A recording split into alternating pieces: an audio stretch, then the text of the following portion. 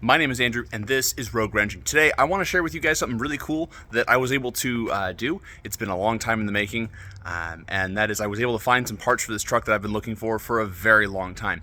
Now, a little bit of backstory. I originally purchased this truck when I lived in the state of Washington. I bought it from a gentleman in Oregon, and the dealer sticker on the back of the truck says the truck was originally sold in Montana.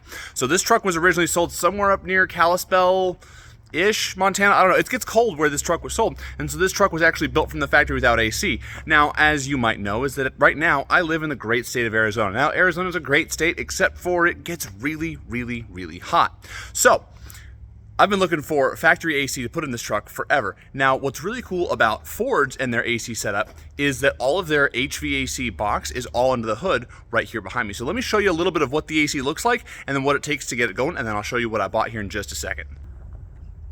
Okay, so under the hood, here is where the evaporator core would normally sit, kind of right in this area here. So this plastic box right here that holds the blower motor and all this stuff here, it all bolts on, it's all under the hood, and that's the only difference between factory AC and not having factory AC. And then over here, where I've got this dummy pulley right here, this is where the AC compressor would bolt up. So the belt's the same, it's got a little, freewheeling dummy pulley there. This is where the AC compressor sits, and then the condenser sits down inside of here. So what I've been looking for forever is this box, because nobody makes this box that I can find. The only way to find it is on a original Ford. So I was able to buy all of the parts that I need for this job. So this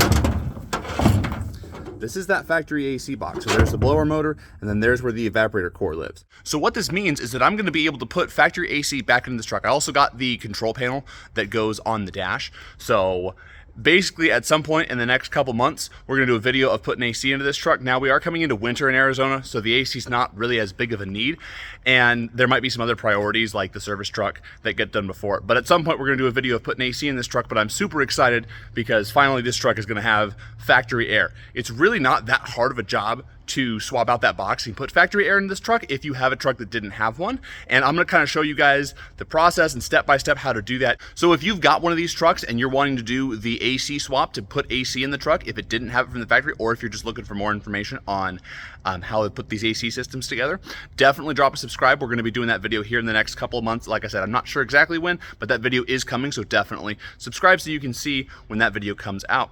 So that's kind of all I've got for you guys today. Just wanted to show you this cool thing that I got. Shout out to my boy Lorenzo for selling me these parts. He subscribed to my channel because he's a bro like that.